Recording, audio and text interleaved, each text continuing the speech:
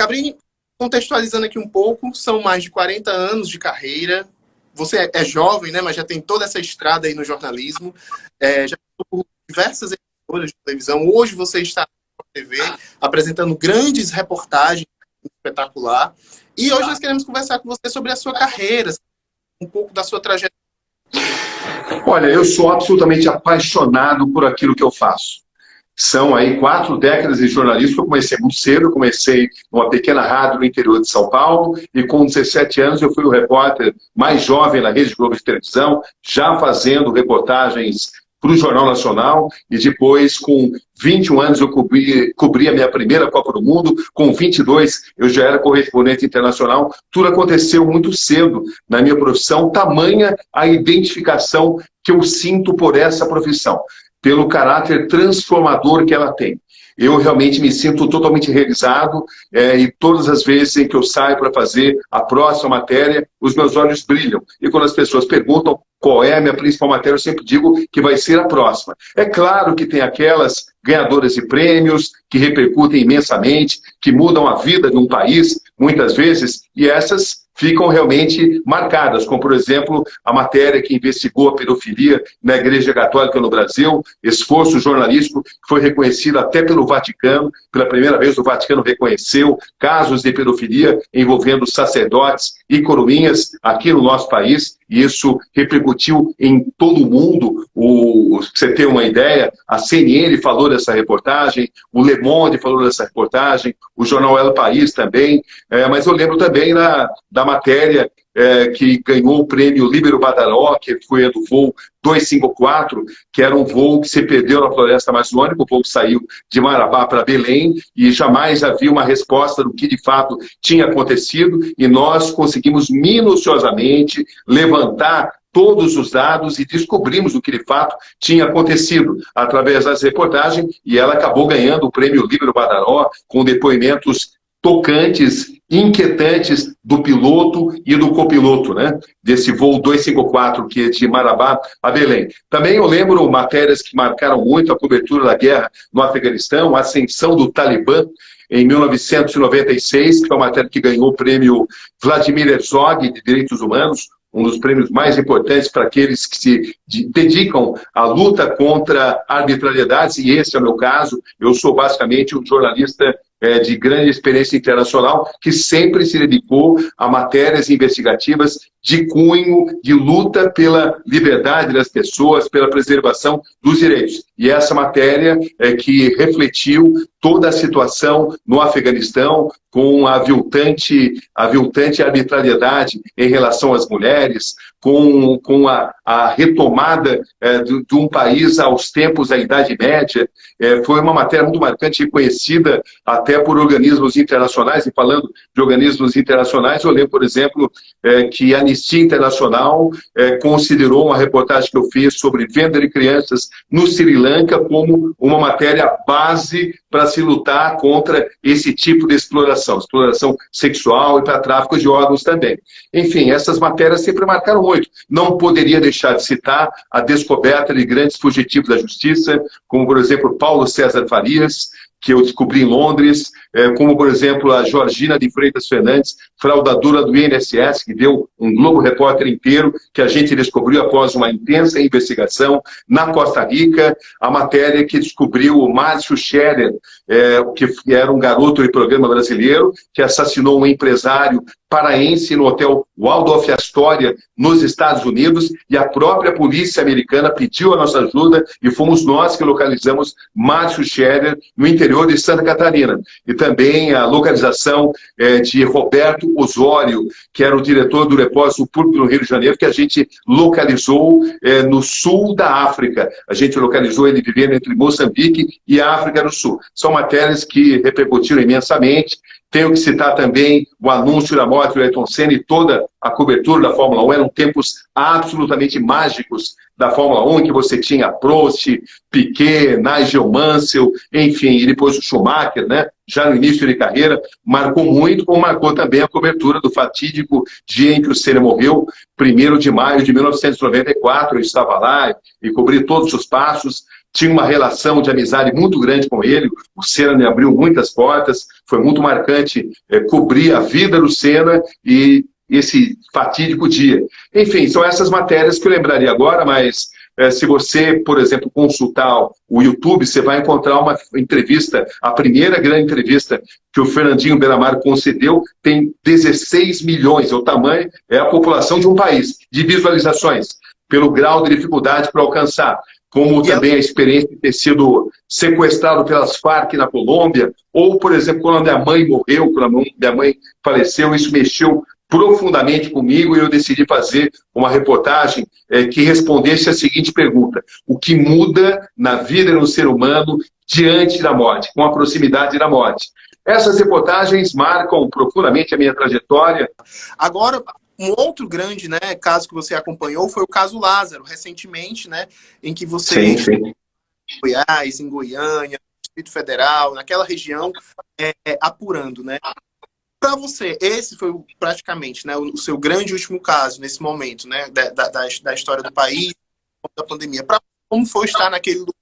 Como foi acompanhar de perto, né, toda a expectativa da polícia de encontrar esse homem, né? O grande desafio era cobrir o caso Lázaro, não me limitando apenas às informações da polícia. As informações e todo o trabalho policial são altamente relevantes, são o carro-chefe da cobertura. Mas, paralelamente a isso, eu fiz as minhas próprias investigações com a minha equipe, enfim, a gente arregaçou as mangas e a gente conseguiu uma infinidade de furos de reportagem, às vezes informações que a própria polícia não detinha, porque a gente saiu a campo monitorando todos os contatos que o Lázaro tinha, de uma forma ética, de uma forma profissional, e ao mesmo tempo mantendo grandes contatos com a polícia. Eu fui o primeiro jornalista a anunciar, confirmar oficialmente a morte dele, como também entrevistei com exclusividade a mulher dele, as pessoas que se relacionavam com ele, o caseiro que teve contato com ele numa fazenda onde ele passou um pouco antes dele ter sido localizado e morto. Enfim, foi uma reportagem muito marcante, porque a gente teve o cuidado de não ficarmos limitados apenas na cobertura policial. Aliás, as pessoas muitas vezes confundem o jornalismo policial com o jornalismo investigativo. O jornalismo policial, ele é altamente bem-vindo e importante para a sociedade, mas ele implica em cobrir as atividades da polícia. Então você mostra o que a polícia está fazendo, mas isso não tem nada de investigativo. O investigativo, ele corre paralelamente à polícia e muitas vezes fornece informação para a polícia, muitas vezes faz com que casos sejam reabertos, e não existe democracia se não houver jornalismo investigativo. Às vezes eu ouço uma ou outra pessoa dizer não, que quem tem que investigar é a polícia.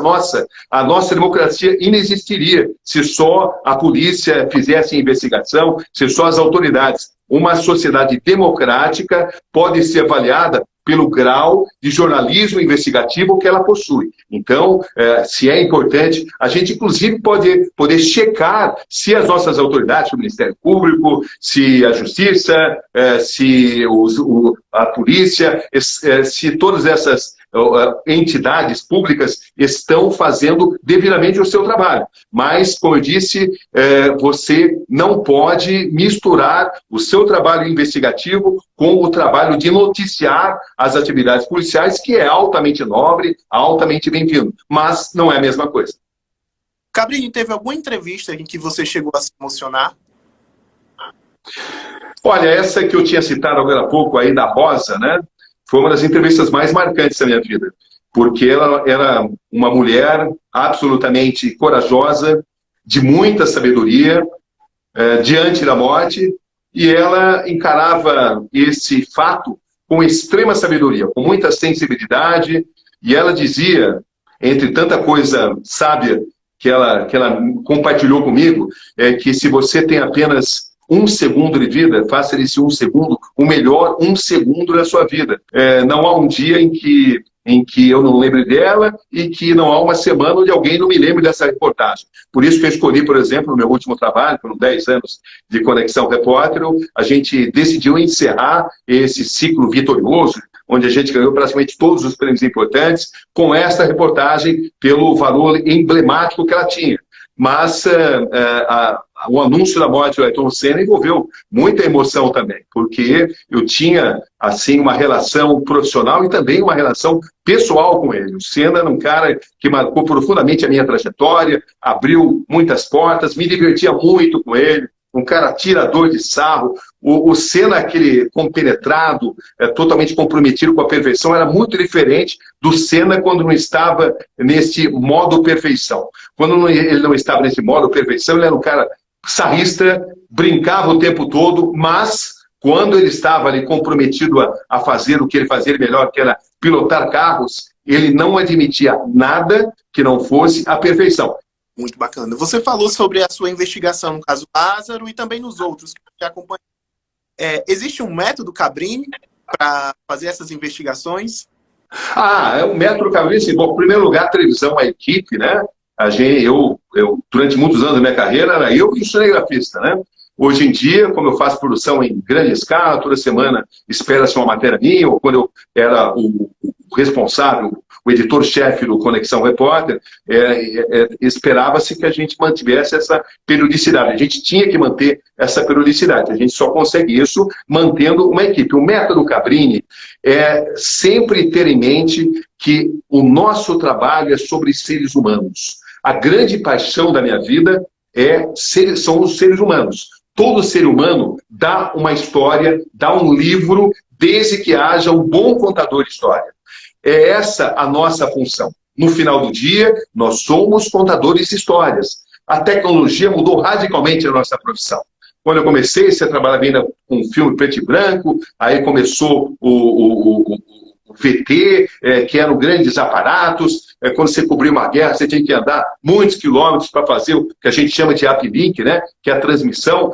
Hoje em dia, com um smartphone, com esse que a gente está conversando agora, você cobre em tempo real e muda a vida no planeta, né? Potencialmente, você tem essa possibilidade. Então, mas com toda essa mudança tecnológica, porque a nossa atividade mudou radicalmente. Antigamente, eu conto para essa rapaziada nova aí que nós, jornalistas, saímos na noitada, porque era na noitada que a gente tinha as fontes. Então era um jogo comum jornalista tomar uma cana, né? Tomar uma cana, uma pinga, né? Pinga, eu nunca bebi, mas muitos amigos bebiam. Mas não é porque eles queriam, porque eles tinham que manter a conversa fluindo, e porque eram nas noitadas que você adquiria fontes e conseguia grandes furos de reportagem. E isso mudou radicalmente. Hoje em dia, os jornalistas são seres mais solitários, né, que vivem em terminais de computador. Nós temos muitas vantagens. Como eu disse, né, o jornalismo mudou radicalmente, porque o objetivo do jornalista não é fazer com que as pessoas pensem como ele pensa. Né? É muito cômodo você sair fazer uma entrevista, é só entrevistar quem concorda com você, ou quem você concorda com ela. Mas isso não é jornalismo. O grande jornalismo é aquele que dá voz, inclusive, e às vezes até principalmente, às pessoas que não pensam como você. Que isso se chama pluralidade, né? E enquanto existir uma história para ser contada, vai haver necessidade de grandes contadores de histórias. Com pouca tecnologia ou com muita tecnologia, com mudanças frenéticas, né, do momento em que a gente vive, em que um celular faz tudo. Nós estamos vivendo um momento onde cada cidadão em potencial é um jornalista, né, porque ele tem um smartphone e ele vai te contestar em tempo real. Isso é bom porque democratiza, fez com que jornalistas saíssem do pedestal, mas ao mesmo tempo tem um determinado preço. Qual é o preço? O advento das fake news. Né? Hoje é muito fácil você criar notícias falsas que vão prejudicar reputações. Mas aí entra também algo importante para nós jornalistas, porque nós jornalistas que zelamos pela nossa credibilidade é que seremos procurados para diferenciar entre o que é falso e o que é verdadeiro. Exato. Inclusive, você é um dos jornalistas mais procurados quando alguém quer trazer alguma informação a público, né?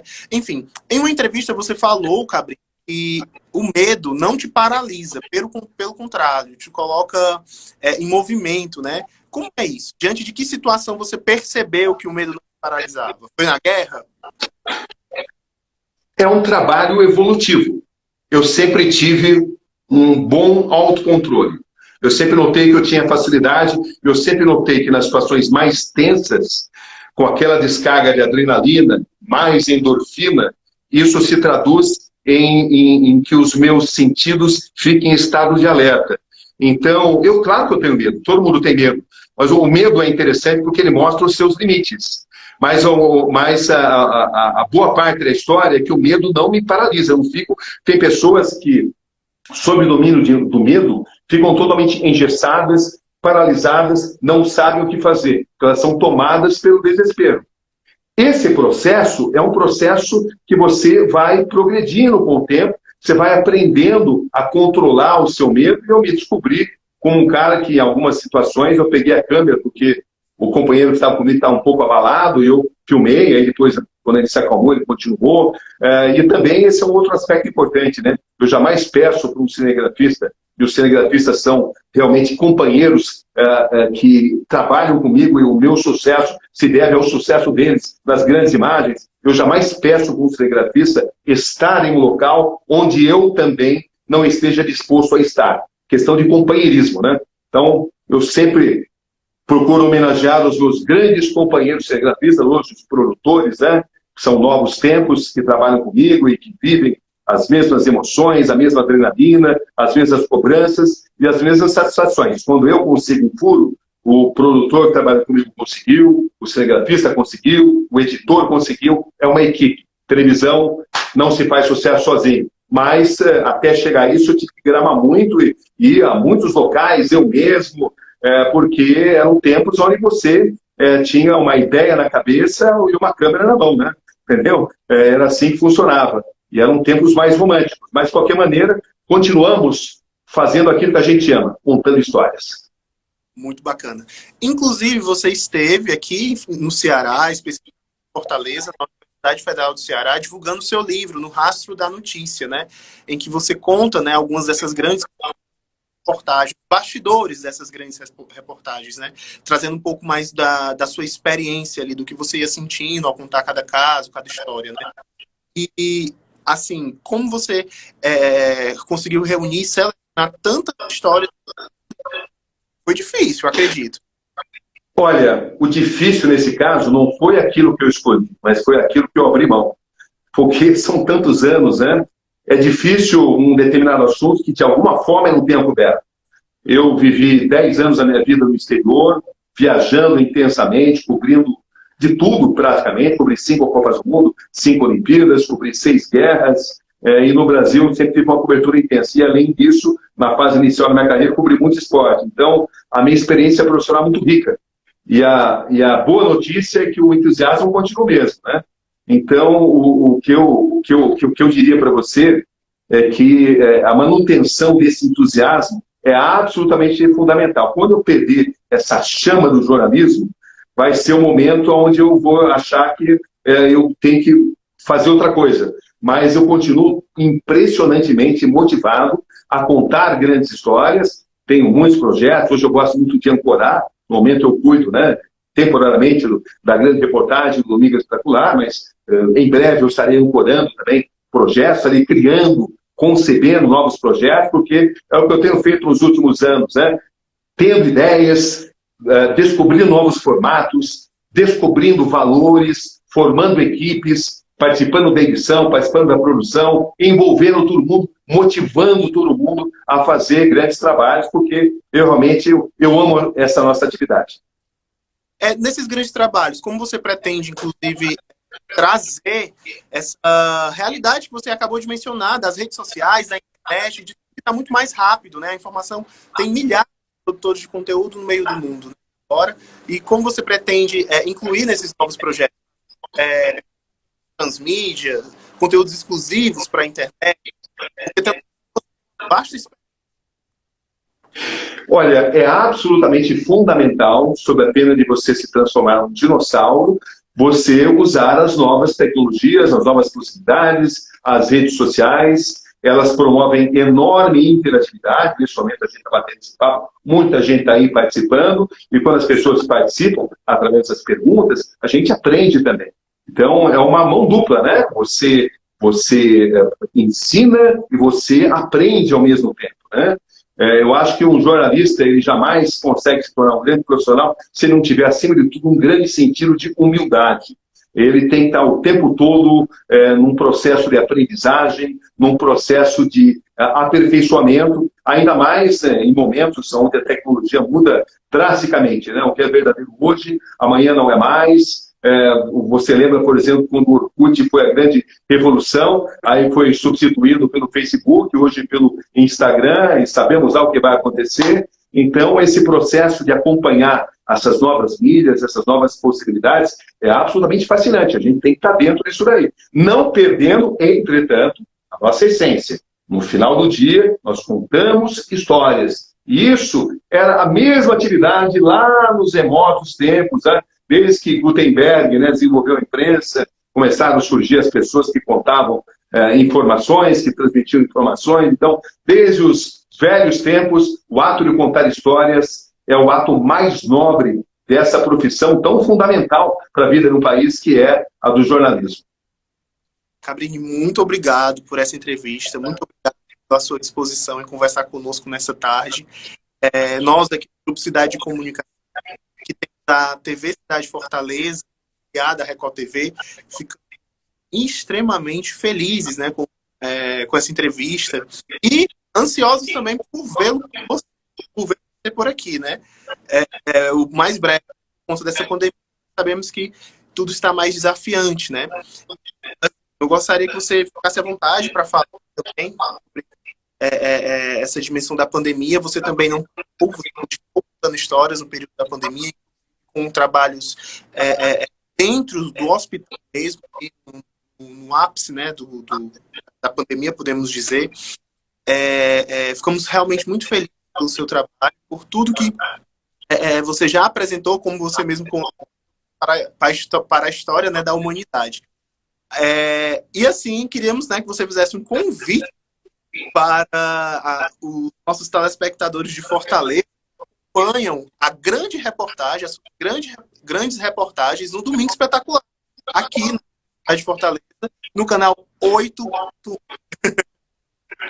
Olha, eu me sinto muito privilegiado, trabalho com um cara fantástico chamado Antônio Mineiro, que é o nosso diretor de jornalismo, um cara de ideias inovadoras, uma pessoa absolutamente conectada com a modernidade tecnológica, né, que a nossa profissão se utiliza. Ele sempre tem uma nova sacada, e fazer a grande reportagem tem sido muito gratificante. A gente se tornou aí uma das principais audiências, né, junto com a novela Gênesis. Pelo menos em 70% das vezes em que a gente tem participado, a gente é a principal audiência, né? Mas a gente só é a principal audiência porque também existem outros grandes trabalhos, porque em televisão ninguém faz nada sozinho, né? Existe ali grandes profissionais participando do Domingo Espetacular, tanto na linha de frente quanto nos bastidores. E a Record está numa grande evolução, é uma emissora que tem enorme vocação para o jornalismo. Você citou o caso Lázaro, por exemplo, foi absolutamente assim, incrível como a Record conseguiu transmitir tudo de maneira vibrante, tudo que acontecia, a imagem daquele momento, e a emissora está totalmente mobilizada para fazer a qualquer instante, qualquer tipo de cobertura ao vivo, fazendo uma combinação entre grandes matérias, aquela que você leva mais tempo, que você perde mais tempo fazendo os grandes textos, com a cobertura ao vivo, né? Que é aquela do improviso, de descrever o que está acontecendo, de ter fontes e de dar furos, enfim. Uma televisão que prima por um bom jornalismo, ela precisa ter esses dois lados, né? E eu também gostaria muito de falar com os meus amigos de Fortaleza, com os meus amigos cearenses, porque toda vez que eu vou aí é muito gratificante. Eu estive aí lançando o meu livro e foi uma experiência notável. Eu sempre aprendo muito, compartilho muita informação, já fiz grandes matérias, porque o povo cearense é um povo incrivelmente acolhedor, que ele o tempo todo ele compartilha aquilo que ele vive, né? E como eu disse, a minha grande paixão chama-se seres humanos. Seres humanos são a nossa matéria-prima, a razão da gente existir. Sim, eu mencionei que foi pouco tempo antes da pandemia de fato se instalar. Vocês, se eu não me engano, foi em fevereiro do ano passado. Ou seja, um mês depois, tudo já estava praticamente fechado, né, no país inteiro. Eu tinha pedido um convite, pode fazer o convite no vídeo mesmo, para as pessoas acompanharem a grande na tela da TV Cidade Fortaleza. Olá, meus amigos do Ceará, é um prazer muito grande conversar com vocês. Não deixe de acompanhar todos os domingos a grande reportagem na TV Cidade, canal 8.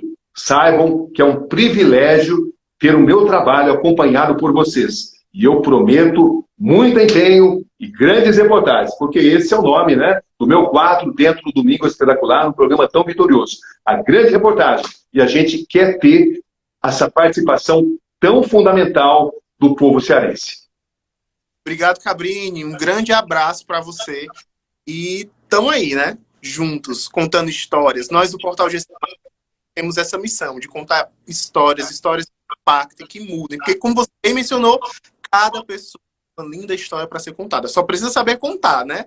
Como jornalista, no papel. Esse é o pulo do gato, né? Saber contar história. Eu gostaria de cumprimentar o trabalho que vocês fazem. Eu sei que vocês são um portal extremamente vibrante, de muito dinamismo, e eu sou apaixonado por isso, já acompanhei alguns trabalhos, e então é um motivo de orgulho muito grande estar batendo essa bola com toda essa rapaziada aí desse portal tão importante para a democracia brasileira, porque bom jornalismo é sinal de democracia. É isso aí. Muito obrigado, Cabrini. Você que está acompanhando essa live já sabe, né? Segue o Portal GC+, para mais conteúdos, para mais reportagens, mais histórias, né? Aqui no nosso portal. E, mais uma vez, obrigado, Cabrini. Até mais. Tamo junto. Tchau, tchau.